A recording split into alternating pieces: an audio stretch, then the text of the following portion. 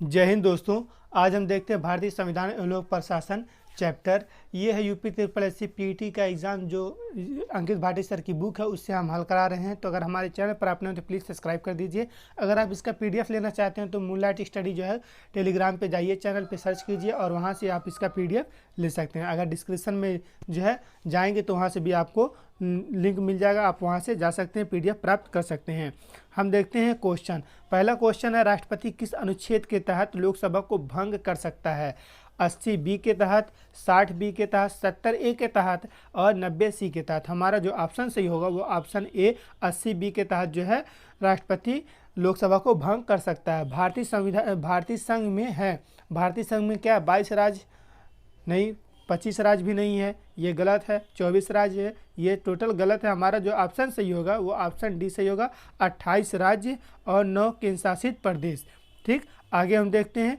आगे तीसरा number question कह रहा है, संविधान सभा द्वारा भारतीय संविधान को कब स्वीकार किया गया? भारतीय संविधान को जो स्वीकार किया गया था वह 26 नवंबर 1949 को स्वीकार किया गया था और फिर 26 जनवरी 1950 को पूर्ण रूप से जो है संविधान को लागू कर दिया गया था। इसलिए गणतंत्र दिवस हम 26 जनवरी को मनाते हैं। ठीक, चौथा नंबर क्वेश्चन देखते हैं। चौथा नंबर क्वेश्चन कह रहा है, 42वें संशोधन संवैधानिक संशोधन में संविधान की प्रस्तावना में किन शब्दों को जोड़ा गया? भारतीय संविधान में जो है 42वें संशोधन में किस शब्दों को जोड़ा गया था? तो ऑप्शन डी हमारा जो है वही सही है, समाजवादी, धर्मनिरपेक्ष और अखंडता को जो है जोड़ा गया था। ठीक, पांचवा नंबर हम क्वेश्चन देखते हैं। ये 50 क्वेश्चन का सीरीज है, आप जो है देखते रहिए। अगर जो क्वेश्चन ना समझ में आए, कोई इशू हो तो कमेंट बॉक्स में ज़रूर बताइए।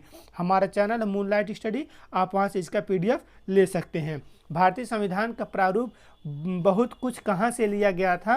तो जो 1935 के अधिनियम से, कानूनी समिति से, गांधी जी के विचारों से, नेहरू जी के विचारों से। ऑप्शन जो सही होगा वो होगा ऑप्शन ए, पांचवा का ए, 1935 के अधिनियम से जो है लिया गया था।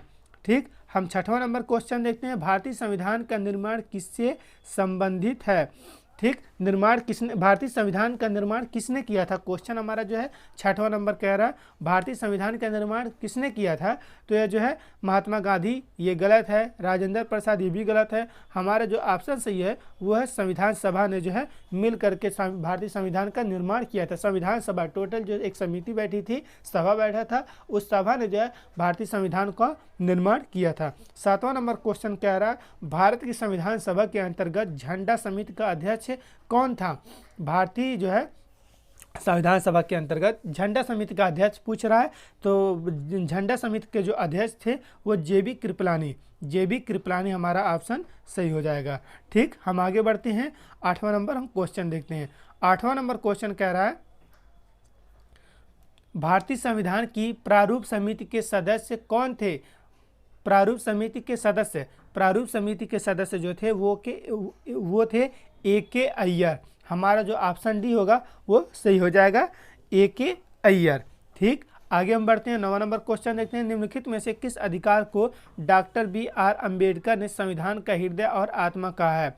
धर्म की स्वतंत्रता का अधिकार, समानता का अधिकार, भाषण तथा अभिव्यक्ति की स्वतंत्रता का अधिकार और संवैधानिक उपचारों का अधिकार। हमारा जो ऑप्शन सही होगा वो ऑप्शन डी सही हो जाएगा, संवैधानिक उपचारों का अधिकार जो है संविधान का हृदय और आत्मा कहा जाता है। और 10वां नंबर क्वेश्चन कह रहा है, भारत का राष्ट्रीय प्रतीक कहाँ से लिया गया है? भारतीय जो प्रतीक है कहाँ से लिया गया है? सारनाथ स्थित अशोक स्तंभ से जो है लिया गया है। ठीक, अशोक स्तंभ से लिया गया है। उसमें क्या है तो आप कमेंट बॉक्स में ज़रूर बताइए। कौन से जो है जानवर को छापा गया तो चिन्हित हैं, आप कमेंट बॉक्स में ज़रूर बताइए। ठीक, 11वां नंबर हम क्वेश्चन देखते हैं। 11वां नंबर क्वेश्चन कह रहा है, सत्यमेव जयते कहाँ से लिया गया है? सत्यमेव जयते जो है मुंडको उपनिषद से लिया गया है, यह जो है सत्यमेव जयते। आगे हम बढ़ते हैं। 12वां नंबर क्वेश्चन देखते हैं। संविधान सभा द्वारा भारतीय राष्ट्रीय ध्वज को कब मान्यता दी गई? संविधान सभा द्वारा भारतीय राष्ट्रीय ध्वज को कब मान्यता दी गई थी? तो 26 नवंबर 1949 को मान्यता दी गई थी, 1949 को। ठीक, इसके पहले भी जो है राष्ट्रीय ध्वज था, तो जो है पूर्व मान्यता नहीं था, या जो है अलग तरीके का था। ठीक, 13वां नंबर हम क्वेश्चन देखते हैं। 13वां नंबर क्वेश्चन कह रहा है, भारतीय ध्वज में क्रम अनुसार ऊपर से नीचे की ओर रंग बताइए। सबसे ऊपर क्या रहता है? केसरिया रहता है। बीच में क्या रहता है, सफ़ेद रहता है, और सबसे नीचे क्या रहता है, हरा रहता है। और फिर बीच में हरे जो है वाइट वाले में, सफ़ेद वाले में एक चक्र रहता है ग्रीन जो है ब्लू कलर का। ये जो है हमारा ऑप्शन जो सही हो जाएगा वो हो जाएगा ऑप्शन सी, केसरिया, सफ़ेद और हरा। आगे बढ़ते हैं हम 14 नंबर क्वेश्चन देखते हैं। राष्ट्रीय ध्वज में लंबाई और चौड़ाई का अनुपात क्या है? चौड़ाई और लंबाई, ठीक, लंबाई चौड़ाई का अनुपात पूछ रहा है, तो हमारा ऑप्शन जो सही होगा वो होगा 14 का ए, 3 और संबंधी 2, ठीक, 3:2, ठीक। आगे बढ़ते हैं हम 15वां नंबर क्वेश्चन देखते हैं। तिरंगे को राष्ट्रीय ध्वज के रूप में किस अधिवेशन में अपनाया गया था? यह जो है लाहौर अधिवेशन में अपनाया गया था, तो हमारा ऑप्शन जो सही होगा वो होगा ऑप्शन बी। ऑप्शन बी हम जो है लाहौर अधिवेशन सही होगा। आगे बढ़ते हैं हम 16वां नंबर क्वेश्चन देखते हैं, ठीक। 16वां नंबर क्वेश्चन क्या कह रहा है? भारत में राष्ट्रीय गान प्रथम बार कब गाया गया था? यह जो गाया गया था 27 दिसंबर 1911 को राष्ट्रगान प्रथम बार गाया गया था, तो हमारा जो ऑप्शन सही होगा वह ऑप्शन सही होगा ए, ठीक। आगे हम बढ़ते हैं। राष्ट्रीय गान प्रथम बार कांग्रेस के किस अधिवेशन में गाया गया था? तो यह जो है गाया गया था कलकत्ता अधिवेशन 1911 में, तो हमारा जो ऑप्शन सही होगा वो ऑप्शन बी सही हो जाएगा, ठीक। और फिर साथ ही साथ जो है लाहौर अधिवेशन में जो है क्या हुआ था जो है कमेंट बॉक्स में ज़रूर बताइए। और अगर इसका पीडीएफ लेना चाहते हैं टेलीग्राम से आप लिंक जो है ले सकते हैं, और साथ ही साथ जो है डिस्क्रिप्शन में लिंक मिल जाएगा, आप वहां से टेलीग्राम पे जा सकते हैं और वहां से जो है पर्सनली भी मैसेज करके कुछ पूछ सकते हैं। व्हाट्सएप है, व्हाट्सएप ग्रुप है, और फिर टेलीग्राम ग्रुप से आप कुछ भी पूछ सकते हैं, कोई भी डाउट हो क्लियर कर सकते हैं, ठीक। आगे हम बढ़ते हैं 18वां नंबर क्वेश्चन देखते हैं। 18 नंबर क्वेश्चन कह रहा है भारत के राष्ट्रगान जनगण मन अधिनायक के रचनाकार हैं। रचनाकार कौन है? यह जो है रविन्द्रनाथ टैगोर जी है, तो हमारा जो ऑप्शन सही होगा वो ऑप्शन बी सही हो जाएगा। ये जो क्वेश्चन है इजी है, आगे जो क्वेश्चन है वेरी वेरी इंपॉर्टेंट और हार्ड क्वेश्चन आपको देखने को मिलेंगे, ठीक। 19 नंबर जो क्वेश्चन है राष्ट्रीय गीत सर्वप्रथम गाया गया था, कि यह कहाँ गाया गया था राष्ट्रीय गीत? यह जो है राष्ट्रगान पूछा है, यह जो है राष्ट्रीय गीत है, ठीक। राष्ट्रीय गीत जो हमारा ऑप्शन सही होगा वो 1896 ईस्वी के कांग्रेस अधिवेशन में गाया गया था। अब 20 नंबर हम क्वेश्चन देखते हैं। 20वां नंबर क्वेश्चन कह रहा है भारत के राष्ट्रीय गीत वंदे मातरम को रचयिता कौन है? रचयिता कौन है? बंकिम चंद्र चट्टोपाध्याय, ठीक। बंकिम चंद्र चट्टोपाध्याय जो है इसके रचयिता हैं, रचनाकार हैं वंदे मातरम के, तो हमारा जो ऑप्शन सही होगा वो ऑप्शन डी सही हो जाएगा, ठीक। आगे बढ़ते हैं 21 नंबर क्वेश्चन देखते हैं। शक संवत पर आधारित भारत का राष्ट्रीय पंचांग यह जो है कब अपनाया गया था? यह अपनाया गया था 22 मार्च 1957 ईस्वी को, ठीक। यह 22 मार्च को अपनाया गया था, ठीक। और फिर आगे देखिए 22 नंबर क्वेश्चन है संपत्ति का अधिकार एक मौलिक अधिकार है, नैसर्गिक अधिकार है, प्राकृतिक अधिकार है, यह तीनों गलत है। हमारा जो ऑप्शन सही होगा वो कानूनी अधिकार होगा, ठीक। संपत्ति का अधिकार जो है ऑप्शन डी सही होगा, कानूनी अधिकार है संपत्ति का अधिकार, ठीक। यह जो है पहले कितने जो है मौलिक अधिकार थे ये जो है कमेंट बॉक्स में जरूर बताइए। अब प्रेजेंट टाइम में कितने मौलिक अधिकार हैं और कौन कौन से हैं कमेंट बॉक्स में जरूर बताइए। 23वां नंबर क्वेश्चन देखिए भारतीय संविधान में अब कितने मूल अधिकार हैं? क्वेश्चन आ गया, ठीक। भारतीय संविधान में अब कितने मूल अधिकार हैं? पहले जो संपत्ति का भी अधिकार था इसे एक हटा दिया गया, पहले जो था वो 7 था, ठीक। अब जो कर दिया गया है वो हो गया है कितना 6, ठीक। यह जो है 24 नंबर क्वेश्चन देखिए। 24 नंबर क्वेश्चन कह रहा है प्रेस की स्वतंत्रता किस अधिकार में निहित है? प्रेस की स्वतंत्रता जो निहित है वो जो है भाषण स्वतंत्र में जो है निहित है, ठीक। ऑप्शन भी हमारा सही होगा। 25 नंबर क्वेश्चन देखते हैं। 50 नंबर ये जो 50 क्वेश्चन का सीरीज है, आप यहाँ से इसका पीडीएफ ले सकते हैं, डिस्क्रिप्शन में इसका लिंक मिल जाएगा।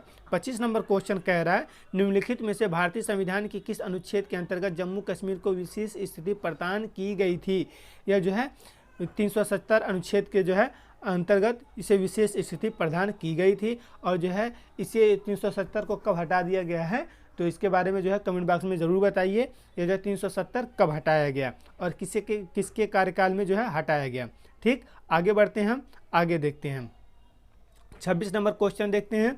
26 नंबर क्वेश्चन कह रहा है निम्नलिखित में से भारतीय संविधान के कौन से अनुच्छेद में किसी भी रूप में अस्पृश्यता निषेध के लिए प्रावधान है? ठीक, अस्पृश्यता का अंत किसमें हुआ है? अनुच्छेद 17 में हुआ है। ठीक, हमारा बी ऑप्शन सही हो जाएगा। 27वां क्वेश्चन देखते हैं, निम्नलिखित में से कौन सा अनुच्छेद सभी नागरिकों के लिए समान नागरिक संहिता यूनिफॉर्म सिविल कोड से संबंधित है? ये जो संबंधित है वो अनुच्छेद 18 से संबंधित है। हमारा जो ऑप्शन सही होगा वो ऑप्शन बी सही हो जाएगा। ठीक, आगे बढ़ते हैं, हम आगे देखते हैं। 28वां नंबर क्वेश्चन कह रहा है, भारत का प्रधानमंत्री किसके प्रति उत्तरदायी होता है? लोकसभा के प्रति ये जो है उत्तरदायी होता है भारत के प्रधानमंत्री, तो लोकसभा के प्रति जो है हम ऑप्शन सही कर लेंगे। ठीक, 29 नंबर क्वेश्चन देखते हैं। 29 नंबर क्वेश्चन कह रहा है, राज्यसभा और लोकसभा में किस बिल पर समझौता ना होने पर मामला सौंपा जाता है? ठीक, भारत के राष्ट्रपति को सौंपा जाता है, गलत। लोकसभा के अध्यक्ष को सौंपा जाता है, ये भी गलत। राज्यसभा के सभापति को सौंपा जाता है, ये भी गलत। राज्यसभा और लोकसभा की संयुक्त बैठक को जो है सौंपा जाता है, ये वेरी वेरी इंपॉर्टेंट हो जाता है। हमारा जो ऑप्शन सही होगा वो ऑप्शन डी सही हो जाएगा। ठीक, 30वां नंबर हम क्वेश्चन देखते हैं। 30वें नंबर का ऑप्शन ये जो है बताइए, उस देश में संसदीय सरकार अधिक अस्थायी, ये जो है क्वेश्चन रिपीट कर लीजिए। 30 नंबर क्वेश्चन कह रहा है, उस देश में संसदीय सरकार अधिक अस्थायी है जहां राजनीतिक दलों पर प्रतिबंध लगा हुआ है, 2 बड़ी पार्टियां हैं, अनेक छोटी छोटी पार्टियां हैं, केवल एक ही मान्यता प्राप्त पार्टी। हमारा जो ऑप्शन सही होगा वो होगा ऑप्शन बी, 2 बड़ी पार्टियां, वहां पर जो है अस्थायी संसदीय सरकार है। ठीक, आगे बढ़ते हैं, 31 नंबर क्वेश्चन देखते हैं। 31 नंबर क्वेश्चन कह रहा है, भारतीय संसद के दोनों सदनों के संयुक्त अधिवेशन का सभापतित्व कौन करता है? लोकसभा के अध्यक्ष ये जो है करते हैं। हमारा जो ऑप्शन सही होगा वो ऑप्शन सी सही हो जाएगा। 32 नंबर क्वेश्चन देखते हैं, निम्नलिखित में से कौन लोकसभा के प्रथम अध्यक्ष थे? यह जो थे जीवी मालवंकर महोदय थे। ऑप्शन डी हमारा सही हो जाएगा, ऑप्शन डी। ठीक, ऑप्शन डी। आगे बढ़ते हैं, हम आगे देखते हैं। 33 नंबर क्वेश्चन देखते हैं, लोकसभा में निर्वाचन के लिए न्यूनतम आयु होनी चाहिए लोकसभा में। ठीक, न्यूनतम आयु जो है 25 वर्ष होनी चाहिए। ऑप्शन डी हमारा सही हो जाएगा, ऑप्शन डी। ठीक, आगे बढ़ते हैं। 34 नंबर क्वेश्चन देखते हैं, लोकसभा के चुनाव के लिए कौन अधिसूचना जारी करता है? यह कौन अधिसूचना जारी करता है लोकसभा के चुनाव के लिए? ठीक, नॉर्मल जो चुनाव होते हैं निर्वाचन आयोग करता है, लेकिन ये जो क्वेश्चन है ये क्वेश्चन कह रहा है लोकसभा के चुनाव के लिए जो मुख्य निर्वाचन आयुक्त जो है अधिसूचना जारी करता है। 34 का जो है सी सही हो जाएगा। ठीक, 35 नंबर क्वेश्चन देखते हैं, लोकसभा में कितने आंग्ल सदस्यों को राष्ट्रपति मनोनीत कर सकता है? कर सकता था हो जाएगा इसमें, क्योंकि जो अब इसे खत्म कर दिया गया, मोदी जी के राज में इसे भी आंग्ल को खत्म कर दिया गया। ये आंग्ल क्या होता है इसे जान लीजिए। जैसे जो है कुछ विदेशी जो है आकर के यहाँ पे बस गए हैं और फिर जो है उन्हीं को जो है आंग्ल के नाम से जानते हैं, जो प्रेजेंट टाइम में यहाँ की नागरिकता ले लिए हैं। ठीक, उसे ही आंग्ल के नाम से हम जानते हैं। ठीक, और फिर साथ ही साथ जो है आगे बढ़िए, 35 नंबर क्वेश्चन है ये हो गया। 36 नंबर क्वेश्चन देखते हैं, लोकसभा की अधिकतम सदस्यों की संख्या कितनी होगी? लोकसभा की अधिकतम सदस्यों की संख्या जो है वो 552 हो सकती है। ठीक, राज्यसभा की गणपूर्ति कोरम कुल सदस्य संख्या का कितना भाग होता है? 37 नंबर का आंसर दीजिए। ठीक, 37 नंबर का जो ऑप्शन सही होगा उसे देखिए, राज्यसभा की गणपूर्ति कोरम कुल सदस्य संख्या का कितना भाग होता है? जो भाग होता है 1/10 भाग होता है। ठीक, ये जो है हमारा ऑप्शन बी सही हो जाएगा। 38 नंबर क्वेश्चन देखते हैं, राज्यसभा में चुने गए सदस्यों की अधिकतम संख्या कितनी होनी चाहिए? ठीक, राज्यसभा इसके पहले जो है लोकसभा में पूछा गया था, अब जो हमारा ऑप्शन सही होगा वो ऑप्शन बी सही हो जाएगा, 238 होनी चाहिए। ठीक, 39 नंबर क्वेश्चन देखते हैं, किसी राज्य में राष्ट्रपति शासन लागू होने की अधिकतम अवधि कितनी होती है? ठीक, ये जो है 6 माह होती है राष्ट्रपति शासन। ठीक, सबसे अधिक राष्ट्रपति शासन किस स्टेट में लगा है कमेंट बॉक्स में ज़रूर बताइए। यह जो है करीब 7 सालों तक देखने को मिलता है, उस स्टेट में जो है कमेंट बॉक्स में ज़रूर बताइए। 40 नंबर क्वेश्चन है, भारतीय सेनाओं का सर्वोच्च कमांडर कौन होता है? भारतीय सेनाओं का जो सर्वोच्च कमांडर होता है वो राष्ट्रपति होता है। प्रधानमंत्री गलत हो जाएगा, उपराष्ट्रपति गलत। थल सेनाध्यक्ष जो सर्वोच्च कमांडर होता है वो राष्ट्रपति होता है। हमारा ऑप्शन बी सही हो जाएगा। ठीक, आगे देखते हैं 41 नंबर क्वेश्चन, राष्ट्रपति अपने पद से त्यागपत्र किसको देता है? प्रधानमंत्री को, लोकसभा अध्यक्ष को, मुख्य न्यायाधीश को, जो राष्ट्रपति जो अपने पद को त्यागपत्र किसको देता है, अपने पद का त्यागपत्र उपराष्ट्रपति को देता है। हमारा ऑप्शन डी सही हो जाएगा। ठीक, 42 नंबर क्वेश्चन देखिए, निम्न में से भारत का राष्ट्रपति किसकी नियुक्त नहीं करता। भारत का राष्ट्रपति किसकी नियुक्त नहीं करता, प्रधानमंत्री का करता है, राज्यपाल का भी करता है, और फिर जो है उपराष्ट्रपति का नहीं करता है। उपराष्ट्रपति का जो है नियुक्ति कौन करता है, कमेंट बॉक्स में जरूर बताइए। और फिर जो है प्रधानमंत्री का तो हो गया, प्रधानमंत्री और राज्यपाल का जो नियुक्ति है वो राष्ट्रपति करता है। ठीक, आगे बढ़ते हैं। यह भारतीय संविधान एवं लोक प्रशासन से 50 क्वेश्चन है जो सॉल्व करा रहे हैं अंकित भाटी सर की जो बुक है, जो UP 888 पेट की जो बुक है उससे जो है क्वेश्चन हल कराया जा रहा है। ठीक, 43 नंबर क्वेश्चन है, निम्नलिखित में से किस अधिकारी की नियुक्ति राष्ट्रपति करता है। यह हो गया। ठीक, ये जो है देख लीजिए 43 नंबर क्वेश्चन ये नहीं हुआ अभी। 43 नंबर क्वेश्चन क्या है, निम्नलिखित में से किस अधिकारी की नियुक्ति राष्ट्रपति करता है। महान्यायवादी का भी करता है, नियंत्रक महालेखा परीक्षक का भी करता है, निर्वाचन आयुक्त का भी करता है। यानी जो ऑप्शन सही होगा वो ऑप्शन डी सही हो जाएगा, यानी सभी का उपरोक्त सभी का ऑप्शन डी। ठीक, 44 नंबर क्वेश्चन देखते हैं, राष्ट्रपति के चुनाव में मतदान में कौन भाग लेते हैं। ये जो भाग लेते हैं लोकसभा, राज्यसभा, राज्य विधानसभा और केंद्र शासित प्रदेशों की विधानसभाओं के निर्वाचित सदस्य जो हैं चुनाव में भाग लेते हैं राष्ट्रपति के चुनाव में। तो हमारा जो ऑप्शन सही हो जाएगा वो ऑप्शन डी सही हो जाएगा। ठीक, ऑप्शन डी। तो आगे बढ़ते हैं, हम आगे देखते हैं। 45 नंबर क्वेश्चन क्या है, भारत के उपराष्ट्रपति का निर्वाचन कौन करता है। उपराष्ट्रपति का निर्वाचन कौन करता है। उपराष्ट्रपति का निर्वाचन जो करता है लोकसभा राज्यसभा के अध्यक्ष मिलकर के करते हैं। ठीक, हमारा जो ऑप्शन सी है वो सही हो जाएगा। ठीक, आगे बढ़ते हैं, हम आगे देखते हैं। सर्वोच्च न्यायालय के न्यायाधीश कितनी आयु प्राप्त करने तक कार्यरत रहते हैं। यह जो है इसे बताइए, सर्वोच्च न्यायालय के न्यायाधीश इनकी जो कार्यकाल है वो कितने से कितने वर्ष तक रह सकती है। 46 नंबर है, 46 नंबर का जो ऑप्शन सही होगा वो बताइए आप लोग। उसके बाद 47 देखते हैं, इसका पहले देख लीजिए, इसे जो है 65 वर्ष, इसे 65 वर्ष लगा लीजिए। ठीक, 47 नंबर क्वेश्चन है, सर्वोच्च न्यायालय की प्रथम महिला न्यायाधीश कौन थी। प्रथम महिला न्यायाधीश ये जो है फातिमा बीवी थी, फातिमा बीवी। ठीक, आगे बढ़ते हैं, हम आगे देखते हैं। केरल का उच्च न्यायालय कहाँ स्थित है। केरल की राजधानी क्या है, केरल की राजधानी, और उसके बाद जो है इसका न्यायालय कहाँ पर स्थित है। तो इसका न्यायालय की अगर बात करें तो एर्नाकुलम में जो है इसका न्यायालय स्थित है। सी सही हो जाएगा इसका ऑप्शन।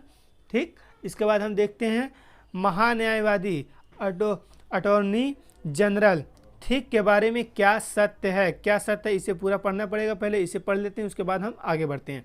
ठीक, वह संसदीय समिति की किसी भी कार्रवाई में भाग ले सकता है। ये बी क्या कह रहा है, बी कह रहा है संसद के किसी सदस्य की कार्रवाई में भाग ले सकता है परंतु उसे मतदान का अधिकार नहीं है। ठीक, मतदान का अधिकार नहीं है, वह संसद को आदेश दे सकता है। ठीक, और हमारा जो ऑप्शन सही होगा वो ए बी दोनों सही होगा। तो ऑप्शन डी इसे देख लेते हैं, ऑप्शन डी में कह रहा है ए और दोनों सत्य है, तो हमारा ऑप्शन डी सही हो जाएगा। ठीक, 50 नंबर क्वेश्चन कह रहा है, 50 क्वेश्चन का सीरीज था ये, अंकित भाटी सर का बुक है, आप उससे देख सकते हैं, उसे हम जो है हल करा रहे हैं। 50 नंबर क्वेश्चन, भारत का सॉलिसिटर जनरल होता है। भारत का सॉलिसिटर जनरल होता है, यह कौन होता है। एक न्यायिक सलाहकार जो है सॉलिसिटर जनरल होता है। ठीक, ऑप्शन भी हमारा सही हो जाएगा। आगे बढ़ते हैं, 51 नंबर क्वेश्चन। 51 नंबर क्वेश्चन जो कह रहा है, निम्नलिखित में से संसद की कार्रवाई में भाग लेने का अधिकार है यद्यपि वह उसका सदस्य नहीं होता है। महालेखा परीक्षक, उपराष्ट्रपति, महान्यायवादी, भारत का मुख्य न्यायाधीश। ये जो है ऑप्शन सी है, महान्यायवादी जो है भाग ले सकता है। ठीक, लेने का अधिकार है यद्यपि वह उसका सदस्य नहीं होता है। ठीक, महान्यायवादी। यह 50 क्वेश्चन का आज कंप्लीट हो गया। अगर आप चैनल पर नए हैं तो चैनल को प्लीज़ सब्सक्राइब कर दीजिए और अगर बेल आइकन को प्रेस नहीं किया तो प्रेस भी कर दीजिए। और फिर ये 50 क्वेश्चन का सीरीज है, और फिर इसमें कोई इशू आया, कोई दिक्कत हुई हो, ना समझ में आया तो कमेंट बॉक्स में ज़रूर बताइए। अब इसी के साथ मिलते हैं नए वीडियो में नए टॉपिक के साथ। तो आज के लिए यहीं तक, आज के लिए शुक्रिया। UP SSC PET की जो अंकित भाटी सर की बुक है उससे जो है आज हम हल कराने वाले हैं इंडियन हिस्ट्री, भारतीय इतिहास। तो इसे जो है हम हल कराएंगे। तो अगर चैनल पर नया है तो प्लीज़ सब्सक्राइब कर दीजिए और बेल आइकन को प्रेस कर दीजिए। ये वीडियो अपने दोस्तों को शेयर जरूर कीजिए। इसमें जो 50 क्वेश्चनों का सीरीज आपको देखने को मिलेगा।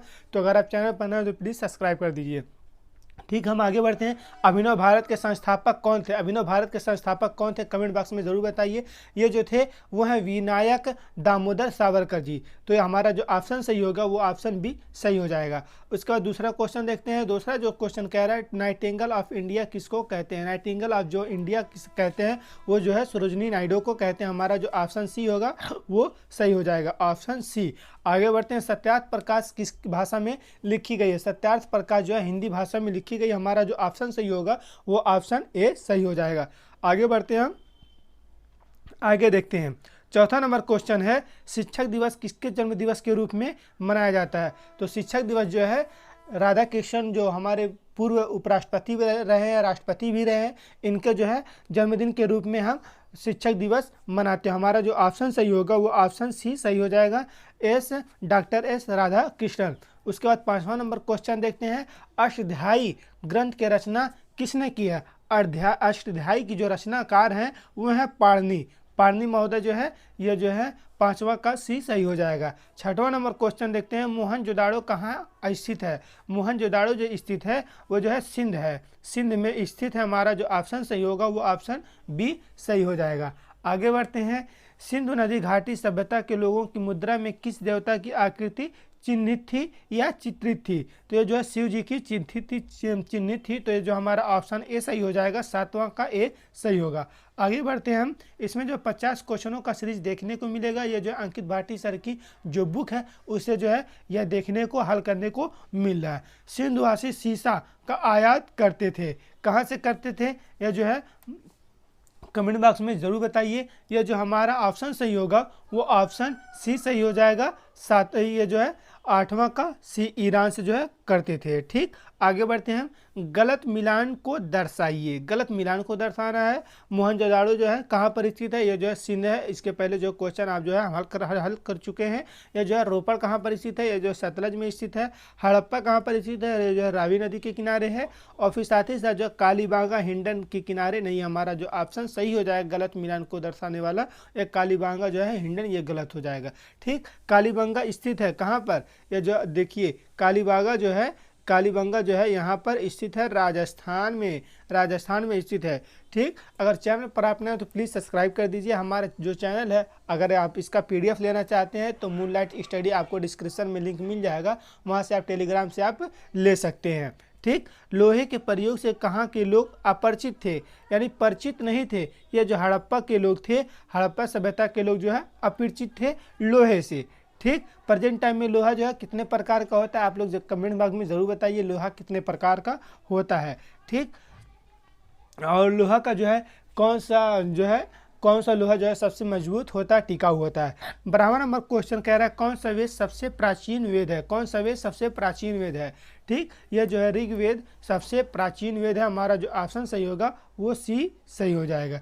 ठीक, और फिर ये जो है 13 नंबर क्वेश्चन देखते हैं। महाभारत किसने लिखी थी? महाभारत को किसने लिखा था? यह कमेंट बॉक्स में ज़रूर बताइए। इतना इजी क्वेश्चन है, ये लोग जो है आप अच्छे से इसे कर सकते हैं। आगे हार्ड भी क्वेश्चन है। यह जो क्वेश्चन नॉर्मल आपको दिख रहे हैं ये जो है पूछे गए हैं, लगभग हर एग्जाम में इससे क्वेश्चन बनता रहता है। ठीक, महाभारत जो लिखे थे वो थे वेद व्यास महोदय। ठीक, आगे हम बढ़ते हैं, आगे देखते हैं। भगवत गीता किसने लिखी थी? भगवत गीता किसने लिखी थी?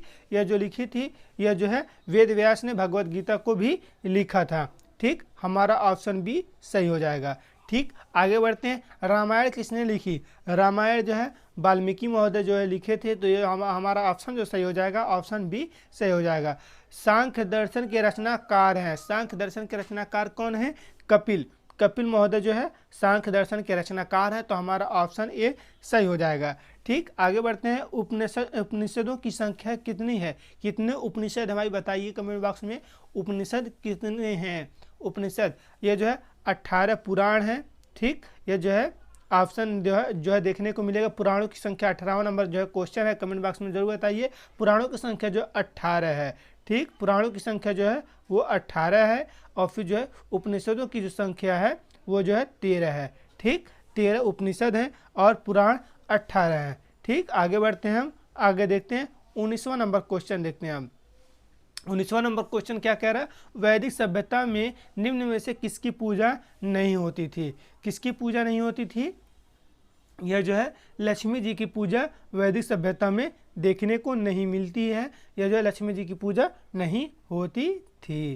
ठीक, आगे जो है क्वेश्चन है 20वां नंबर का, आप लोग जो है कमेंट बॉक्स में ज़रूर बताइए, उसके बाद हम देखते हैं।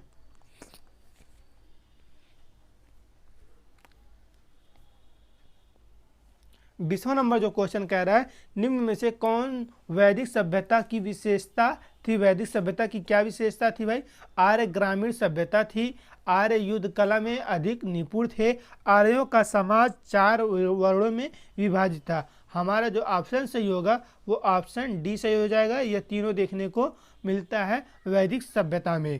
ठीक, 21 नंबर क्वेश्चन क्या कह रहा है, निम्नलिखित में से किसमें गायत्री मंत्र है। यह जो है अंकित भाटी सर की जो पुस्तक है पीटी की, उससे जो है क्वेश्चन हल करा रहे हैं हम। ठीक, आगे बढ़िए 21 नंबर क्वेश्चन देखिए, निम्नलिखित में से किसमें गायत्री मंत्र है। गायत्री मंत्र किसमें है, यह जो है ऋग्वेद में देखने को मिलता है। ठीक, आगे बढ़ते हैं, श्रीमद् भागवत गीता में है, यह जो 14 अध्याय 600 संस्कृत श्लोक हैं, 16 अध्याय 650 श्लोक हैं। ठीक, उसके आगे क्या कह रहा है, उसके आगे जो कह रहा है वह है 18 अध्याय एवं 700 संस्कृत श्लोक। हमारा जो ऑप्शन सही होगा वो ऑप्शन सी सही हो जाएगा। श्रीमद् भागवत गीता में 18 अध्याय हैं और 700 श्लोक संस्कृत देखने को मिलते हैं। आर्य भारत में आए थे।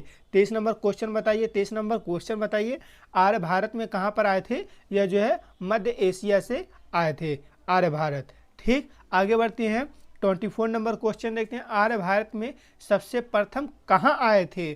सबसे प्रथम की अगर बात करें तो सबसे प्रथम जो है आए थे यह पंजाब में। 24 का जो ऑप्शन सही होगा वो ऑप्शन ए पंजाब में आर्य आए थे सबसे प्रथम, सबसे पहले। ठीक, आगे बढ़ते हैं हम, आगे देखते हैं 25 जो है, आर्य समाज निम्न में से किस वर्ण में विभाजित नहीं था। किस वर्ण में विभाजित नहीं था। यह जो है 25 जो हमारा ऑप्शन सही हो जाएगा वो हो जाएगा सभा में जो है विभाजित नहीं था। 26 नंबर क्वेश्चन देखते हैं, वैदिक कालीन लोगों ने सर्वप्रथम किस धातु का प्रयोग किया था। सर्वप्रथम जो है तांबा का प्रयोग किया था। तांबा का प्रयोग लिख लीजिए आप लोग, तांबा का प्रयोग किया था। ठीक, आगे बढ़ते हैं हम, आगे क्वेश्चन देखते हैं, वेदों की संख्या कितनी है। वेद जो है 4 वेद है, 18 पुराण है। ठीक, आगे बढ़ते हैं हम, 27 हो गया। 28 नंबर क्वेश्चन देखते हैं।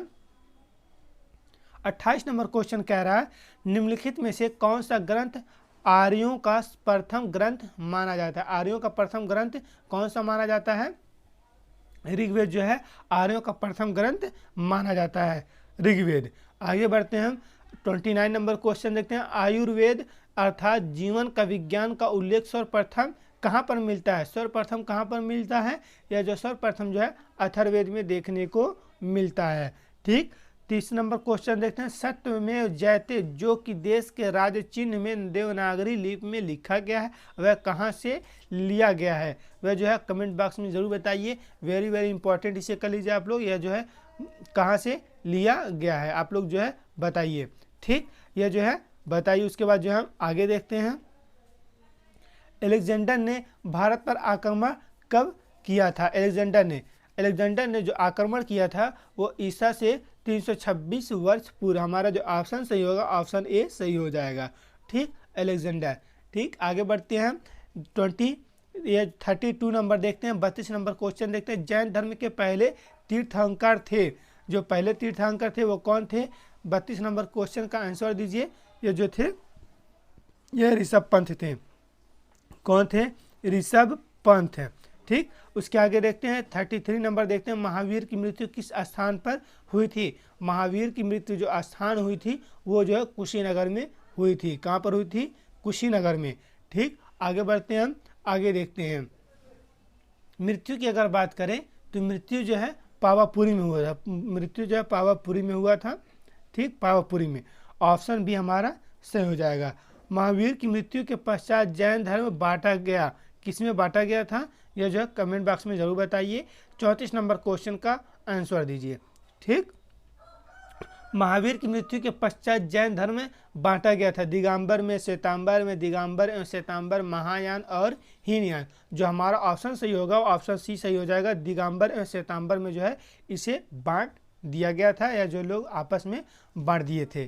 ठीक, 35 नंबर क्वेश्चन देखते हैं। निम्नलिखित में से कौन जैन धर्म के वास्तविक संस्थापक थे? वास्तविक संस्थापक जैन धर्म के कौन माने जाते हैं? यह जो है 35 नंबर क्वेश्चन है। यह जो भगवान महावीर माने जाते हैं। ठीक, आगे हम देखते हैं।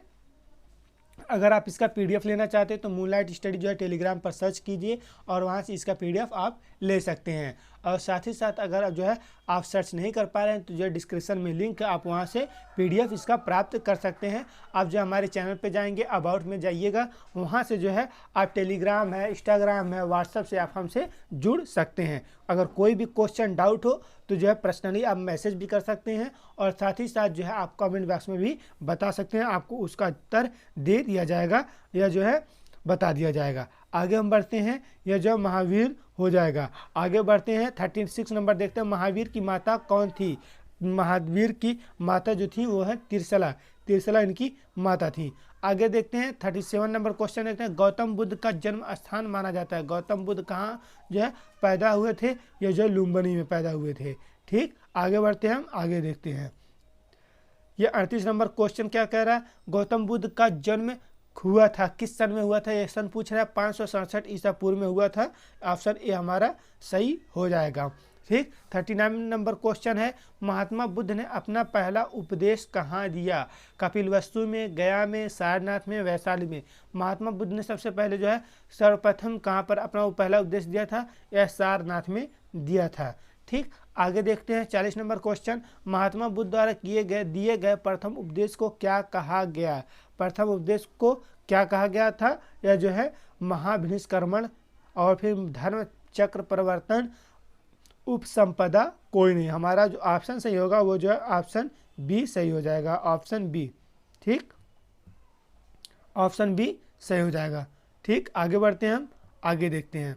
यह जो है अगर गौतम बुद्ध का जन्म की बात करें 567 ईसा पूर्व में हुआ था। महात्मा बुद्ध का पहला उपदेश जो दिए थे वो जो दिए थे ऑप्शन सी हमारा सारनाथ सही हो जाएगा। यह जो है महात्मा बुद्ध द्वारा दिए गए प्रथम उपदेश को क्या कहा गया है? धर्म परिवर्तन चक्र कहा जाता है।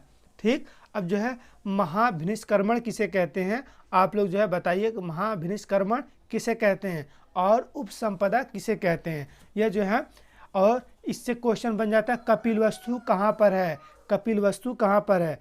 ठीक, कपिलवस्तु कहाँ पर है? इससे भी क्वेश्चन पूछ लेता है। ठीक, और 41 नंबर हम क्वेश्चन देखते हैं। निम्नलिखित में से स्थानों में से किस स्थान पर गौतम बुद्ध का महानिर्वाण हुआ? महानिर्वाण जो है कहाँ पर हुआ? ठीक, यह जो है यानी इनकी मृत्यु कहाँ पर हुई है?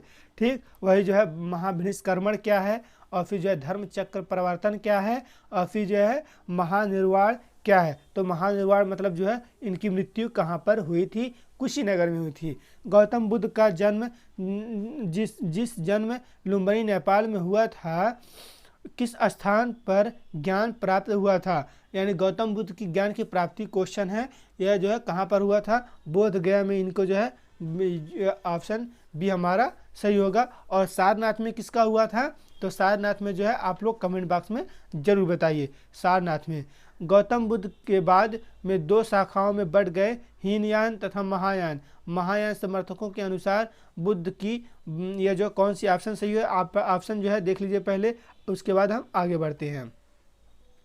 ऑप्शन में है बुद्ध की भक्ति करने से निर्वाण प्राप्त हो सकता है, बुद्ध के विचारों को मानने से निर्वाण प्राप्त हो सकता है, उपर्युक्त दोनों। हमारा जो ऑप्शन सही होगा वो ऑप्शन ए सही होगा, बुद्ध की भक्ति करने से निर्वाण प्राप्त हो सकता है। 44 नंबर क्वेश्चन देखते हैं। 50 नंबर का कलेक्शन है, तो इसे जो है जो है कंप्लीट कर लीजिए और कमेंट में बताइए कोई इशू हो, कोई दिक्कत हो। अगर आपको इसका पीडीएफ ना मिलता हो तो हमारे टेलीग्राम चैनल से आप लिंक ले सकते हैं, या जो है चैनल पे जो है आप जाइए टेलीग्राम पे मूनलाइट स्टडी सर्च कीजिए, वहाँ से आप इसका पीडीएफ ले सकते हैं। ठीक, 44 नंबर क्वेश्चन देखते हैं। गुप्तकालीन बौद्ध शिक्षा का महाकेंद्र निम्नलिखित में से कौन सा था? विक्रमशिला, पाटलिपुत्र, उज्जैन, नालंदा।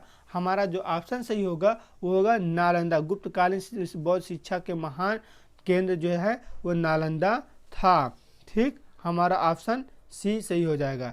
ठीक, सांची किसके लिए प्रसिद्ध है? सांची का स्तूप आप नाम सुने होंगे, वही क्वेश्चन यहाँ पे रिपीट किया जा रहा है। सांची का स्तूप यानी बौद्ध स्तूपों के लिए जो है प्रसिद्ध है। किसके लिए जो है? बौद्ध स्तूपों के लिए जो है प्रसिद्ध है। ठीक, अजंता की गुफा क्या दर्शाती है? अजंता की गुफा क्या दर्शाती है? ए नंबर में है भगवान बुद्ध की जिंदगी एवं पिछले जन्म के कार्य। महाभारत की कहानी। तीसरा भगवान महावीर का जीवन। डी है शिव की मुद्राएं। हमारा जो ऑप्शन सही होगा अजंता की गुफा क्या दर्शाती है? भगवान बुद्ध की जिंदगी एवं उसके पिछले जन्म का कार्य जो है दर्शाती है। ठीक, उसके बाद 47 नंबर क्वेश्चन है, बुद्ध ने किस भाषा में जनता को उपदेश दिए? बुद्ध ने किस भाषा में जनता को उपदेश दिए थे? ये जो उपदेश दिए थे पाली में। 47 नंबर जो है पाली हमारा सही हो जाएगा, ऑप्शन सी। ठीक, आगे बढ़ते हैं, हम आगे देखते हैं।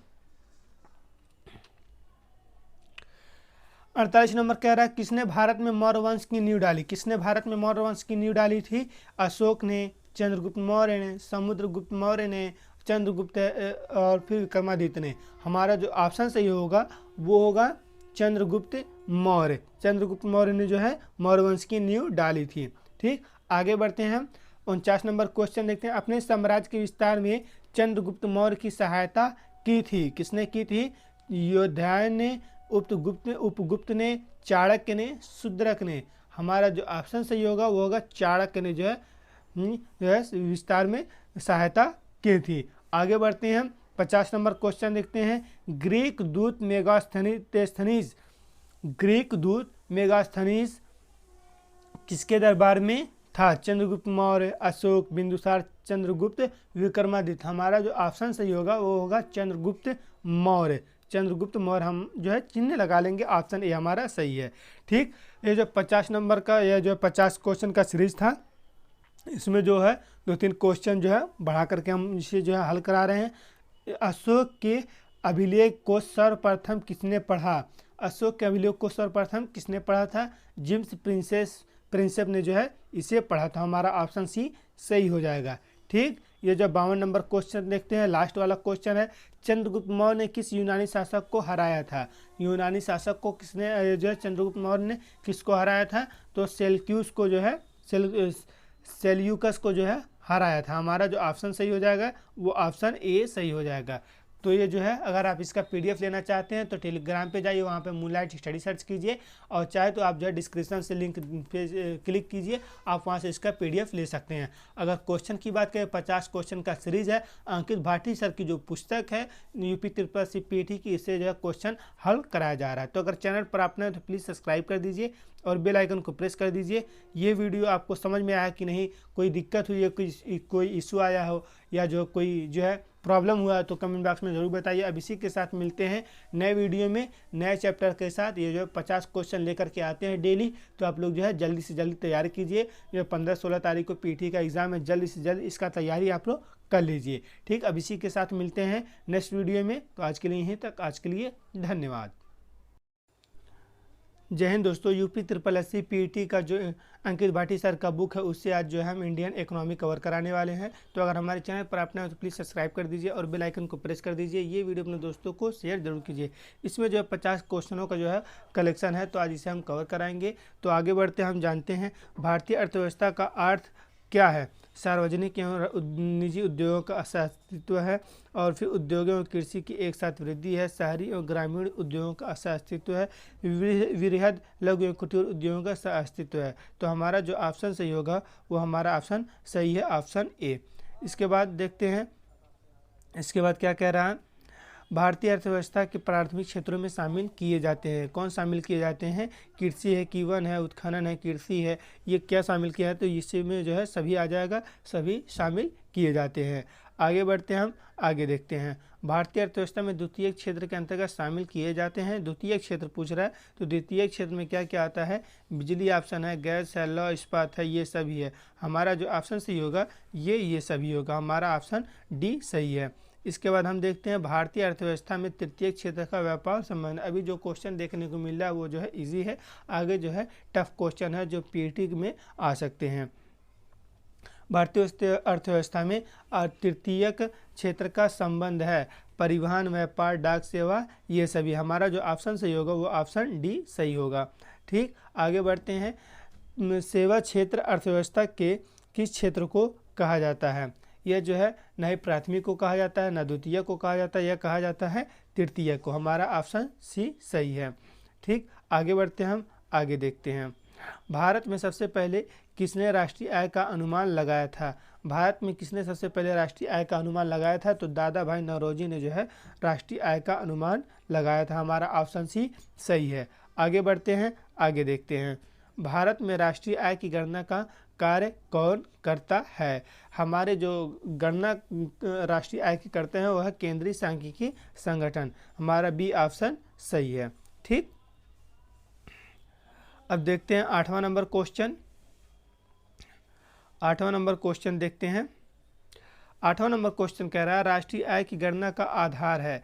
क्या आधार है? आधार जो है 1999 से 2000 सन 2000 आधार माना जाता है।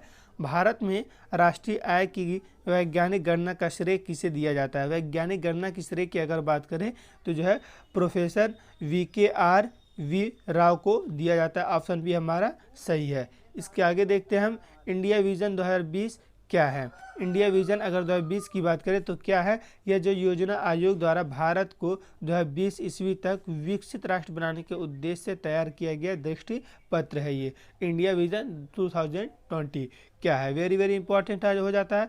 आगे हम बढ़ते हैं। योजना आयोग के अनुसार ग्रामीण क्षेत्रों में कितनी कैलोरी पोषक प्राप्त न करने वालों को गरीबी रेखा से नीचे माना जाता है? तो हमारा जो ऑप्शन सही होगा वो होगा बी 2400 कैलोरी। इसमें जो है ऑप्शन ये था तो इसे जो है हम गलत करके इसे सही किए हैं। तो हमारा जो ऑप्शन सही होगा वो होगा 24 कैलोरी। तब आगे देखते हैं, यह क्वेश्चन रिपीट कर दिया है, 2400 कैलोरी इसमें भी हो जाएगा।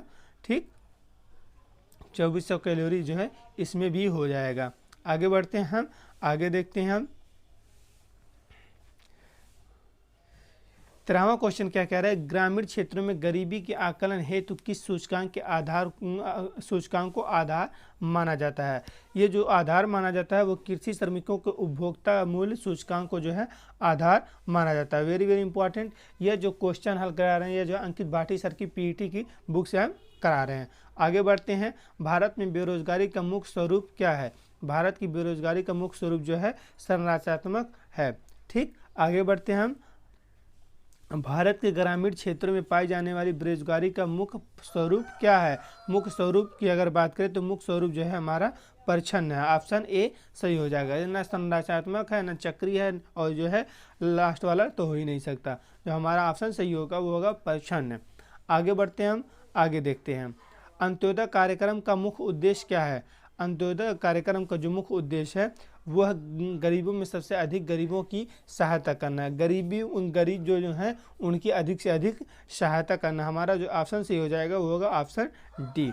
ठीक, आगे हम बढ़ते हैं। 17वां नंबर क्वेश्चन देखते हैं। राष्ट्रीय ग्रामीण रोजगार गारंटी योजना कब शुरू की गई?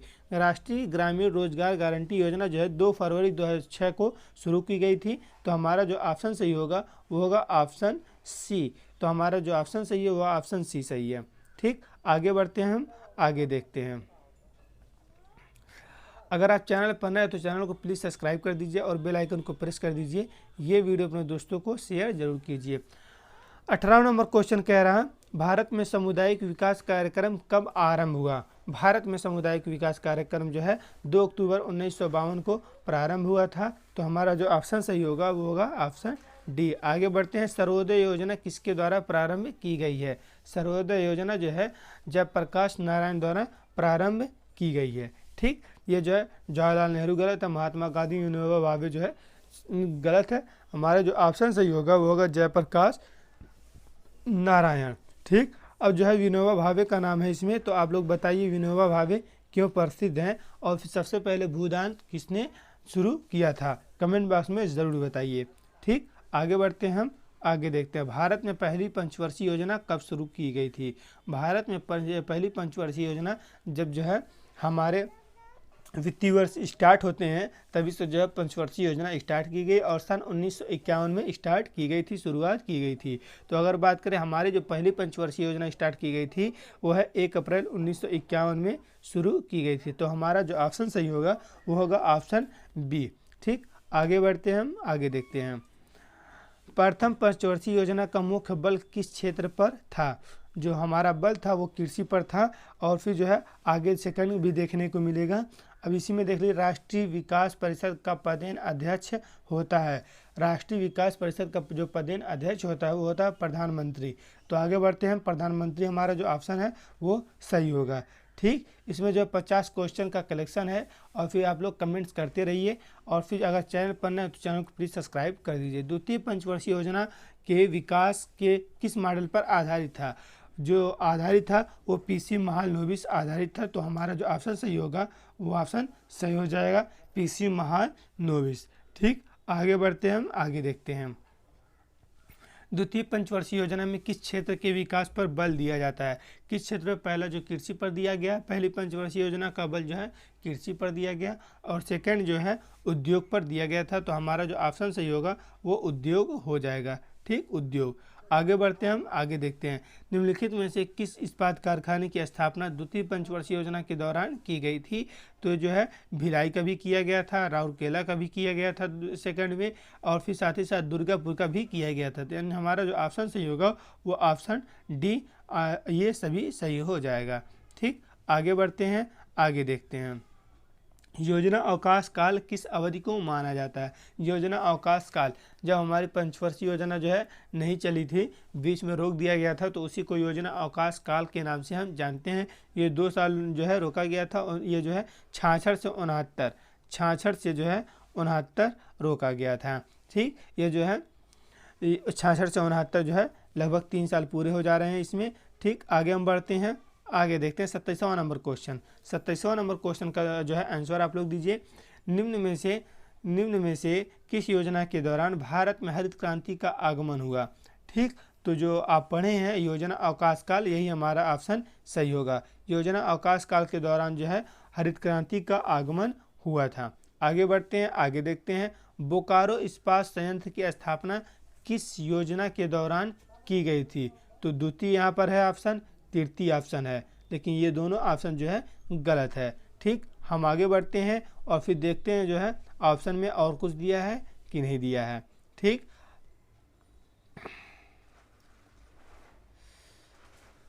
हाँ, ऑप्शन है चतुर्थ पंचवर्षीय योजना में जो है हुआ था। आगे बढ़ते हैं, 29वां नंबर क्वेश्चन देखते हैं। 10वीं पंचवर्षीय योजना के अंतर्गत कितने प्रतिशत वार्षिक विकास दर का लक्ष्य निर्धारित किया गया है। 10वीं पंचवर्षीय योजना, यह जो है वेरी वेरी इंपॉर्टेंट हो जाता है, वेरी वेरी इंपॉर्टेंट। यह जो है लक्ष्य पूछ सकता है, जो लक्ष्य है वो जो है 8% रखा गया है। ठीक, आगे बढ़ते हैं, हम आगे देखते हैं। 10वीं पंचवर्षीय योजना की अवधि कब से मानी जाती है। ठीक, 10वीं पंचवर्षीय योजना 1 अप्रैल 2002 से जो है 31 मार्च 2007 तक जो है यह माना जाता है।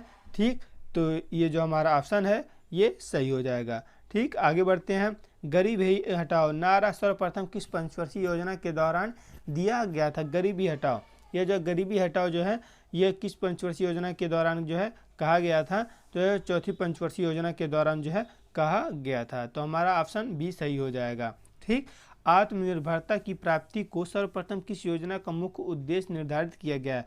32 नंबर आंसर दीजिए आप लोग। 32 नंबर क्वेश्चन है, यह जो है कौन सा ऑप्शन हमारा सही है। अगर ऑप्शन सही की बात करें तो ये जो है ऑप्शन ए चौथा हमारा सही है, चौथी। ठीक, ऑप्शन ए सही है। ठीक, आगे बढ़ते हैं। टाइसेम कार्यक्रम निम्न में से किससे संबंधित है।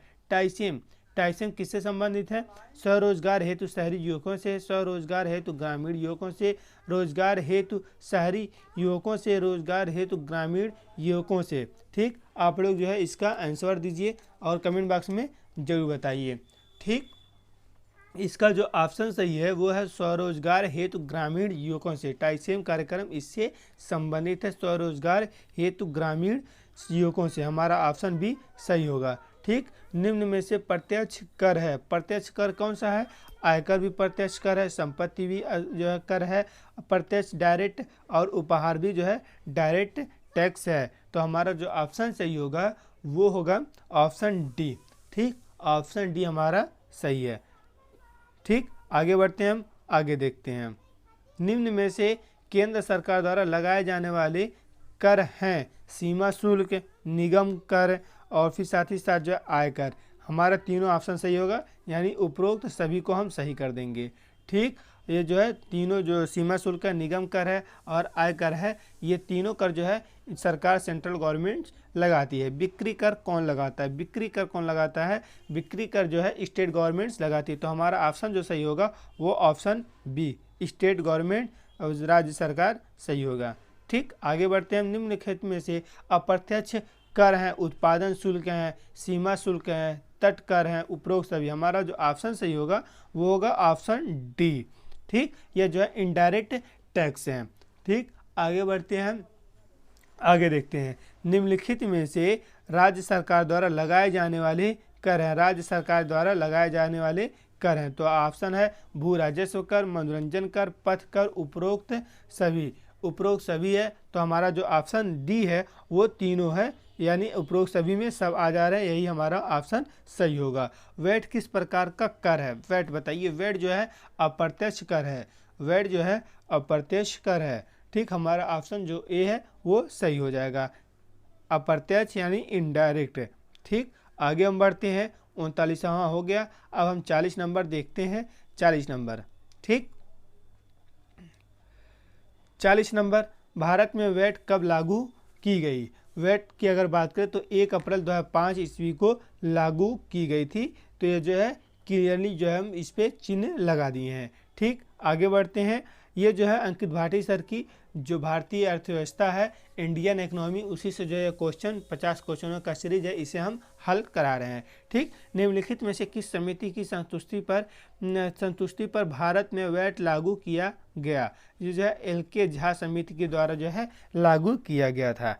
ठीक, आगे देखते हैं हम। निम्नलिखित में से प्रत्यक्ष कर कौन है? प्रत्यक्ष कर की अगर बात करें यानी डायरेक्ट टैक्स की बात कर रहा है ये। निगम कर जो है हमारा ये जो है डायरेक्ट टैक्स है, जो हम ही लोगों को देना रहता है, जैसे जो है निगम वाले जो है आते हैं घर घर वसूलते हैं। ठीक, आगे हम बढ़ते हैं। ये जो है ऑप्शन सही हो जाएगा, ऑप्शन ए।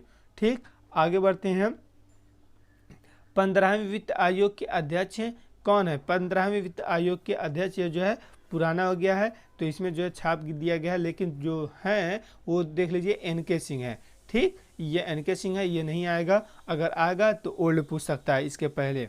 ठीक, ये जो है आगे बढ़ते हैं हम, आगे देखते हैं। 12वें वित्त आयोग ने, यह भी क्वेश्चन हटा दीजिए आप लोग। भारतीयों द्वारा सीमित देयताओं वाले संचालित पहला बैंक कौन था? अवध कमर्शियल बैंक जो है पहला बैंक था जो देन लेन का काम करता था। ठीक, और फिर आगे बढ़ते हैं। भारतीय रिजर्व बैंक की स्थापना कब की गई थी? भारतीय रिजर्व बैंक की अगर स्थापना की बात करें तो 1 अप्रैल 1935 ईस्वी को इसकी स्थापना की गई थी। हमारा ऑप्शन बी सही हो जाएगा, ऑप्शन बी।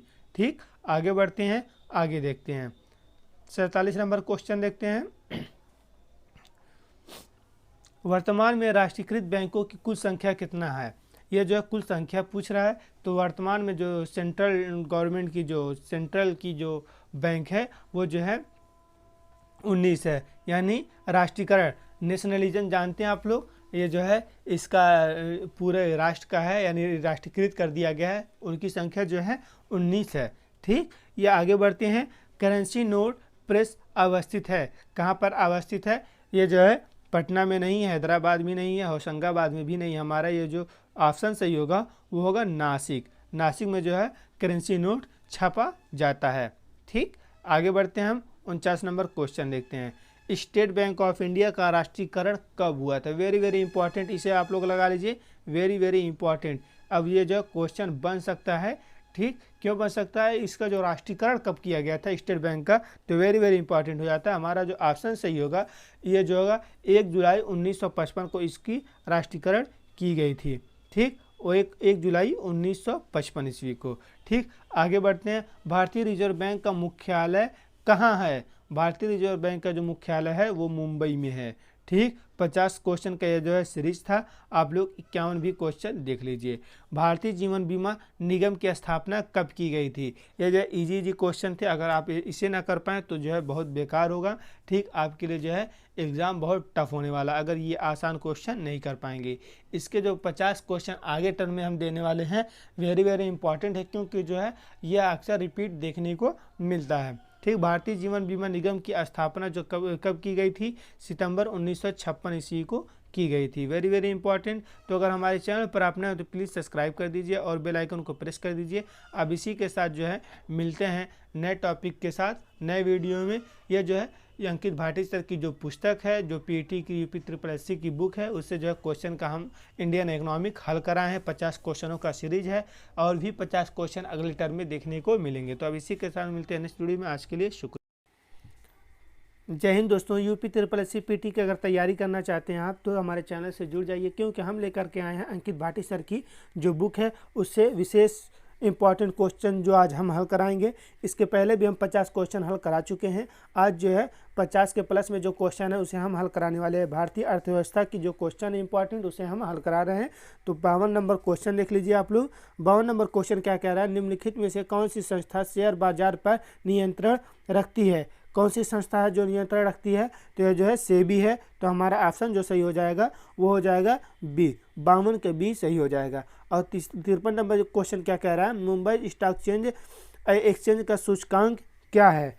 तो अक्सर आप लोग पेपर में देखते होंगे, न्यूज़पेपर में देखते होंगे कि जो है सेंसेक्स हमेशा जो है निकलता रहता है। तो ये सेंसेक्स हमारा सही हो जाएगा। मुंबई स्टॉक एक्सचेंज का जो है सूचकांक है सेंसेक्स है, इसी के माध्यम से जो है देखा जाता है। ठीक, हम आगे बढ़ते हैं। 54 नंबर क्वेश्चन देखते हैं। 54 नंबर क्वेश्चन कह रहा है भारतीय लघु उद्योग विकास बैंक सिफडी का मुख्यालय कहाँ पर है? सिफडी की मुख्यालय की अगर बात करें तो ना मुंबई में है ना दिल्ली में है। ये जो है मुंबई, ये जो है लखनऊ में। लखनऊ में सिफडी का जो है मुख्यालय है। ठीक, इज़ वेरी वेरी इंपॉर्टेंट जो है यूपी ट्रिपल एससी पीटी के लिए। ठीक, आगे बढ़ते हैं। 55 नंबर क्वेश्चन देखते हैं। इसमें जो 50 क्वेश्चन आपको देखने को मिलेगा जो कि वेरी वेरी इंपॉर्टेंट है, क्योंकि जो भारतीय अर्थव्यवस्था अंकित भाटी सर की बुक है।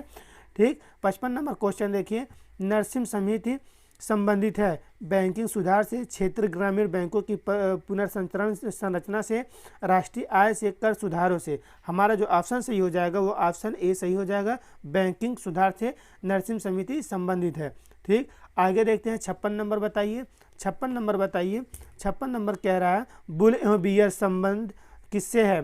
ठीक, बुल एवं बियर जैसे जो स्टॉक एक्सचेंज आप लोग देखते होंगे कि शेयर जो है कभी ऊपर जाता है कभी नीचे आता है। शेयर बाजार में यह जो है देखने को मिलता है बुल वही बुल है जो आप सांड के माध्यम से देखते हैं। ठीक, आगे बढ़ते हैं हम। 57 नंबर क्वेश्चन देखते हैं। ठीक, 57 नंबर क्वेश्चन क्या कह रहा है? स्वतंत्रता प्राप्ति के बाद भारतीय रुपये का कितनी बार अवमूल्यन किया गया है? कितनी बार अवमूल्यन किया गया है? तो 3 बार अवमूल्यन किया जा चुका है। देश में 58 नंबर देखिए। देश में कृषि और ग्रामीण विकास हेतु वित्त उपलब्ध कराने वाली सर्वोच्च संस्था कौन है? सर्वोच्च संस्था की अगर बात करें तो सर्वोच्च संस्था है नाबार्ड। नाबार्ड सर्वोच्च संस्था। ठीक, 59 नंबर क्वेश्चन देखते हैं। भारत में सर्वप्रथम बैंकों का राष्ट्रीयकरण जुलाई 1969 में किया गया। इस समय कितने बैंकों का राष्ट्रीयकरण किया गया है? तो ये जो बताइए कितने बैंकों का जो है राष्ट्रीयकरण किया गया? ये जो हमारा ऑप्शन सही हो जाएगा, ये 14 बैंकों का जो है राष्ट्रीयकरण किया गया था। और किसके समय काल में जो है किया गया था? किसके जो है कौन सी सरकार थी? आप जो है कमेंट बॉक्स में ज़रूर बताइए किसके शासनकाल में जो है यह बैंकों का राष्ट्रीयकरण किया गया था। 14 बैंकों का राष्ट्रीयकरण। आगे बढ़ते हैं। 60 नंबर क्वेश्चन देखते हैं। 60 नंबर क्वेश्चन कह रहा है भारत में जनसंख्या विभाजक दशक माना जाता है। ये इज़ वेरी वेरी इंपॉर्टेंट, इसीलिए जो है इसे हम पहले से चिन्ह लगा दिए हैं। इज़ वेरी वेरी इंपॉर्टेंट, क्योंकि जो है हमारा जो ऑप्शन सही होगा वो होगा 1911 से 1921। ठीक, इसलिए हम उस पर पहले से चिन्ह लगा दिए हैं। ठीक, आगे बढ़िए। 61 नंबर क्वेश्चन देखिए। वर्ष 2011 की जनगणना के अनुसार भारत की कुल जनसंख्या कितनी थी? भारत की कुल जनसंख्या की अगर बात करें तो 121 करोड़ 121 करोड़ जो है जनसंख्या थी। ठीक, आगे बढ़ते हैं। आगे देखते हैं। 62 नंबर क्या क्वेश्चन कह रहा है? 62 नंबर क्वेश्चन कह रहा है भारत में 1991 से 2001 के बीच में जनसंख्या की दर की वृद्धि दर कितनी रही। इसके पहले जो है 10 की वृद्धि के बारे में जो है बताया गया कि जो है क्या है, तो फिर जो है ये ऑप्शन आ गया। यहाँ पर देख लीजिए हमारा जो ऑप्शन सही होगा वो होगा 21.54%। ये हमारा जो ऑप्शन सही हो जाएगा। ठीक, 63 नंबर क्वेश्चन देखते हैं। 63 नंबर क्वेश्चन कह रहा है वर्ष 2011 के जनगणना के अनुसार भारत में 1000 स्त्रियों पर पुरुषों की संख्या यानी लिंगानुपात कितना है। लिंगानुपात की अगर बात करें तो 943 हमारा ऑप्शन सही हो जाएगा। ये भी इम्पॉर्टेंट है क्योंकि जो है लिंगानुपात सेक्स रेशियो से क्वेश्चन बन सकता है। ठीक, आगे बढ़ते हैं हम, आगे देखते हैं 64 नंबर क्वेश्चन देखते हैं। अब 64 नंबर क्वेश्चन कह रहा है निम्नलिखित में से किस प्रदेश में सर्वाधिक अनुसूचित जनजाति निवास करती है। अनुसूचित जनजाति की अगर बात करें तो मध्य प्रदेश में सबसे अधिक जनजाति निवास करती है, मध्य प्रदेश में। ठीक, मध्य प्रदेश में सबसे अधिक जनजाति निवास करती है। आगे बढ़ते हैं भारत के किस राज्य में महिला साक्षरता न्यूनतम है। इन राज्यों में जो है बताइए महिला साक्षरता न्यूनतम है। तो न्यूनतम की अगर बात करें तो राजस्थान में देखने को मिलता है। ठीक, 66 नंबर का आंसर दीजिए आप लोग। इज़ वेरी वेरी इंपॉर्टेंट क्योंकि जो है यह अपने उत्तर प्रदेश से रिलेट है। भारत में सर्वाधिक गरीबी की संख्या किस राज्य में है, तो उत्तर प्रदेश में है। इसीलिए जो है इसका चिन्ह लग गया है पहले से, जो इम्पोर्टेंट है उसका चिन्ह पहले से ही लगा दिए हैं ताकि लोग आप जो है उसे डीपली कॉन्सेंट्रेट कर सकें। ठीक, आगे बढ़ते हैं, आगे देखते हैं 67 नंबर क्वेश्चन है वर्ष 2011 की जनगणना के अनुसार भारत की जनसंख्या में वार्षिक वृद्धि दर कितनी प्रतिशत है, कितनी प्रतिशत थी। तो इसीलिए देखें तो ये जो है 17.5%, 17.5%। और 2011 जनगणना से रिलेटेड पूछेगा अभी क्योंकि अभी जनगणना नहीं हुआ है तो इससे क्वेश्चन बनेगा। ठीक, वर्ष 2001 की जनगणना के अनुसार भारत की साक्षरता दर कितनी प्रतिशत थी, साक्षरता दर कितनी प्रतिशत थी, ये जो है आप लोग कमेंट बॉक्स में ज़रूर बताइए। ठीक, अगर हम बात करें साक्षरता की तो साक्षरता इसकी जो है 74.04%। ठीक, आगे बढ़ते हैं हम 69 नंबर क्वेश्चन देखते हैं। भारत में आर्थिक सर्वेक्षण सरकारी तौर पर प्रकाशित किया जाता है योजना आयोग द्वारा, वित्त आयोग द्वारा, वित्त मंत्रालय द्वारा और करपाट द्वारा। ठीक, तो हमारा जो ऑप्शन सही हो जाएगा वो हो जाएगा वित्त मंत्रालय द्वारा। ठीक, हम आगे बढ़ते हैं। आगे 1 रुपये के नोट पर किसके हस्ताक्षर होते हैं, यह वेरी वेरी इंपॉर्टेंट है। इससे क्वेश्चन हर साल देखने को मिलता है। 1000 के नोट पर किसका सिग्नेचर होता है और 1 के नोट पर किसका सिग्नेचर होता है। ये जो है डिफरेंट लोग हैं, आप एक मत बता दीजिएगा। ठीक, यह जो है हो जाएगा वित्त सचिव का सिग्नेचर इस पर देखने को मिलता है और इस वित्त सचिव का सिग्नेचर इस पर रहता है 1 के नोट पर। और फिर 1000 के नोट पर किसका रहता है, 2000 के नोट पर किसका रहता है। 1000 का नोट तो अभी आया नहीं है लेकिन 2000 के नोट पर, 500 के नोट पर आप लोग कमेंट बॉक्स में जरूर बताइए। ठीक, भारत की पंचवर्षीय योजना के अंतिम रूप में अनुमोदन कौन करता है, वित्त मंत्री, ये जो है योजना आयोग करता है, राष्ट्रपति करता है, राष्ट्रीय विकास परिषद करता है या संसद करता है, कौन करता है, तो कमेंट बॉक्स में जरूर बताइए। जो हमारा ऑप्शन राष्ट्रीय विकास परिषद सही हो जाएगा। ठीक, हम आगे बढ़ते हैं, आगे देखते हैं 72 नंबर क्वेश्चन क्या कह रहा है। 72 नंबर क्वेश्चन कह रहा है कि देश का सर्वाधिक वाणिज्यिक बैंक कौन सा है। वाणिज्यिक बैंक पूछ रहा है। वाणिज्यिक बैंक की अगर बात करें तो ये जो है भारतीय स्टेट बैंक हमारा ऑप्शन सही हो जाएगा।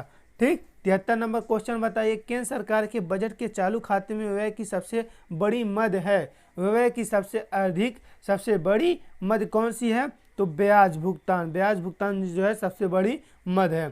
ठीक, आगे बढ़ते हैं 74 नंबर क्वेश्चन देखते हैं। ये जो अगर सब ऑप्शन पढ़ते रहेंगे तो क्वेश्चन जो है ज़्यादा है, 50 क्वेश्चन है, वीडियो लंबा हो जाएगा। आप लोग देखते रहिए और उसे जो है हल करते रहिए। ठीक, ये सब इम्पोर्टेंट क्वेश्चन है, आपको जो है बार बार जो है इसे रटने की जरूरत नहीं, एक बार देख लीजिए, सुन लीजिए, हल कर लीजिए एक बार। ठीक, केंद्र सरकार को सबसे अधिक शुद्ध राजस्व प्राप्त किससे होता है, उत्पाद शुल्क से सबसे अधिक जो है शुल्क प्राप्त होता है। ठीक, अब देखते हैं 75 नंबर क्वेश्चन। 75 नंबर क्वेश्चन क्या कह रहा है, मानव विकास सूचकांक में शामिल किए जाते हैं। मानव विकास सूचकांक में क्या शामिल किए जाते हैं बताइए आप लोग। यह जो है जीवन संभाव्यता, शिक्षा का स्तर, प्रति व्यक्ति आय, यह तीनों जो है शामिल किए जाते हैं मानव विकास सूचकांक में। तो हमारा जो ऑप्शन सही हो जाएगा वो ऑप्शन डी सही हो जाएगा। ठीक, किस वस्तु पर इको मार्क चिन्ह दर्शाता है, यह उत्पाद पर्यावरण की दृष्टि से अनुकूल है, यह उत्तम क्वालिटी का है, नष्ट होने वाला नहीं है। उपरोक्त सभी, हमारा जो ऑप्शन सही हो जाएगा वो ऑप्शन ए सही हो जाएगा। ठीक, आगे बढ़ते हैं, आगे देखते हैं। अब 77 नंबर क्वेश्चन देखते हैं। 77 नंबर क्वेश्चन कह रहा है भारत में सबसे पहले मानव विकास सूचकांक जारी करने वाला राज्य कौन है। राज्य को पूछ रहा है, तो जिसमें जो है सबसे अधिक जनजाति के लोग रहते हैं वही राज्य जो है सबसे पहले मानव विकास सूचकांक रिपोर्ट जारी करता है, यानी मध्य प्रदेश। ठीक, आगे बढ़ते हैं। 78 नंबर क्वेश्चन देखते हैं। कितने वर्षों तक के बच्चों को शिक्षा अनिवार्य की गई है। यह जो है ये वेरी वेरी इंपॉर्टेंट है, क्योंकि जो है यह हर बच्चे को, हर फैमिली की जो है ज़रूरत है और फिर जो है अधिकार भी है। ठीक, ये जो है हो जाएगा 6 से 14 वर्ष की आयु वाले जो बच्चे हैं उनको अनिवार्य शिक्षा कर दिया गया है। भारत में एग मार्क का अधिकृत प्रमाण पत्र कौन देता है। यह जो देता है वो नफेड देता है। इसका नफेड का फुल फॉर्म है national agriculture cooperative marketing federation. Is very very important, ये भी नफेड का फुल फॉर्म पूछ सकता है। ठीक, national agricultural cooperative marketing federation. ठीक, हम आगे बढ़ते हैं, आगे देखते हैं। हरित क्रांति किससे संबंधित है। हरित क्रांति आई थी जब जो है भारत में अकाल पड़ा था, तो उसके बाद जो है हरित क्रांति आई थी। यह कौन लेकर के आया था, और फिर साथ ही साथ जो है हरित क्रांति सबसे पहले कहाँ पर आया और अपने भारत में कब आया और किसने लाया था। ठीक, कौन सी बीज मंगाई गई थी, इसके बारे में जो है आप लोग पढ़ लीजिए और कमेंट बॉक्स में जरूर बताइए। हरित क्रांति किससे संबंधित है। हरित क्रांति की अगर बात करें तो हरित क्रांति जो है कृषि से संबंधित है। ठीक, आगे बढ़ते हैं। ऑपरेशन फ्लड किससे संबंधित है। ऑपरेशन फ्लड जो है दूध से संबंधित है। ठीक, सर्व शिक्षा अभियान के अंतर्गत किस आयु वर्ग के बच्चे आते हैं। इज़ वेरी वेरी इंपॉर्टेंट, इसको पहले एक बार कर चुके हैं, यानी अनिवार्य शिक्षा जो है वही वायु वाले जो बच्चे हैं उनके जो है सर्व शिक्षा अभियान के अंतर्गत रखा गया। उन्हें जो है 6 से 14 वर्ष के बच्चों के अंतर्गत जो है उन्हें रखा गया सर्व शिक्षा अभियान। ठीक, हम आगे बढ़ते हैं, आगे देखते हैं। 83 नंबर क्वेश्चन क्या कह रहा है। 83 नंबर क्वेश्चन कह रहा है भारतीय रिजर्व बैंक की स्थापना कब हुई थी। इसकी स्थापना जो है 1 अप्रैल 1935 ईस्वी को हुई थी। तो ये जो हमारा ऑप्शन डी सही हो जाएगा। ठीक, हम आगे बढ़ते हैं। 84 नंबर क्वेश्चन देखते हैं। भारतीय रुपये की विनिमय दर का निर्धारण है भारत सरकार करती है या अंतर्राष्ट्रीय मुद्रा कोष करती है, स्वतंत्र बाजार शक्तियों से होता है, सोने के आयात निर्यात से होता है। हमारा जो ऑप्शन सही होगा वो हो जाएगा स्वतंत्र बाजार शक्तियों से, यह जो है इसका निर्धारण होता रहता है। ठीक, हम आगे बढ़ते हैं। 85 नंबर क्वेश्चन देखते हैं। 1 रुपये के नोट पर किसके हस्ताक्षर होते हैं। ये पहले हो चुका है एक बार, फिर से इसे एक जो है देख लीजिए। 1 रुपये के नोट पर किसके हस्ताक्षर होते हैं, आप लोग कमेंट बॉक्स में अब बताइए। एक बार ये क्वेश्चन हो गया है। ठीक, अब हम देखते हैं नाबार्ड का मुख्य कार्य क्या है। नाबार्ड के अगर मुख्य कार्य की बात करें तो जो है कृषि वित्त संस्थाओं के लिए पुनर्वित्त की व्यवस्था करना। ठीक, आगे बढ़ते हैं। 87 नंबर क्वेश्चन देखते हैं। भारत का सबसे बड़ा वाणिज्यिक बैंक है। वाणिज्यिक बैंक कौन सा है, यह जो है कमेंट बॉक्स में आप बताइए। एक बार इसे भी देखा जा चुका है। ठीक, यह जो है देखा जा चुका है। अब आगे बढ़ते हैं। भारतीय रिजर्व बैंक का मुख्यालय कहाँ पर स्थित है। अगर मुख्यालय की बात करें तो मुख्यालय जो है मुंबई में है। ऑप्शन बी हमारा सही हो जाएगा। आगे बढ़ते हैं हम, आगे देखते हैं। भारत में बैंकों का प्रथम बार राष्ट्रीयकरण कब हुआ, यह जो है कमेंट बॉक्स में जरूर बताइए, क्योंकि जो है एक बार क्वेश्चन रिपीट कराया गया। 14 बैंकों का राष्ट्रीयकरण हुआ है। ठीक, अब किस डेट में हुआ वो आप लोग कमेंट बॉक्स में ज़रूर बताइए। ठीक, आगे बढ़ते हैं। भारतीय रिजर्व बैंक का राष्ट्रीयकरण कब किया गया। भारतीय रिजर्व बैंक की जो राष्ट्रीयकरण है वो बताइए कब किया गया था, ये जो है कमेंट बॉक्स में आप लोग बताइए। ठीक, भारत में अगर 91 नंबर क्वेश्चन देखिए 91। भारत में क्षेत्रीय ग्रामीण बैंकों की स्थापना प्रारंभ हुई 1975 में, ये जो है स्थापना हुई थी ग्रामीण बैंकों की। ठीक, तो हमारा ऑप्शन सी सही हो जाएगा। यह जो है नाबार्ड की स्थापना, अभी जो है आप लोग देखें नाबार्ड का कई क्वेश्चन आया है, यानी NABARD is very very important. Question 92 देखिए, नाबार्ड की स्थापना कब हुई थी। नाबार्ड की स्थापना की अगर बात करें तो नाबार्ड की स्थापना जो है 1982 में हुआ था। कब हुआ था, 1982 में। ठीक, ये जो है 50 क्वेश्चन हो गए। 100 क्वेश्चन का ये जो है मैराथन है, ये जो वेरी वेरी इंपॉर्टेंट क्वेश्चन है जो UP triple S C PT के एग्जाम में आने वाला है। तो आप लोग जो है इसे एक बार रिपीट कर लीजिए। अगर आप चैनल पर नए हो तो चैनल को प्लीज़ सब्सक्राइब कर दीजिए। यह जो बुक है ये अंकित भाटी सर की बुक है, आप जो है उससे देख सकते हैं और फिर जो है आप उसे हल कर सकते हैं। तो अगर चैनल पर नए हो तो चैनल को प्लीज़ सब्सक्राइब कर दीजिए और बेल आइकन को प्रेस कर दीजिए। ये वीडियो अपने दोस्तों को शेयर जरूर कीजिए और UP triple S C PT की जो तैयारी कर रहे हैं उनको इस चैनल के बारे में जरूर बताइए और फिर इस चैनल पर जरूर लेके आइए, क्योंकि इज़ वेरी वेरी इंपॉर्टेंट इस चैनल, दिस इज़ जो है is very very important channel. ठीक, आज के लिए यहीं तक। तो अब मिलते हैं नेक्स्ट वीडियो में नए चैप्टर के साथ। आज के लिए यहीं तक। आज के लिए धन्यवाद।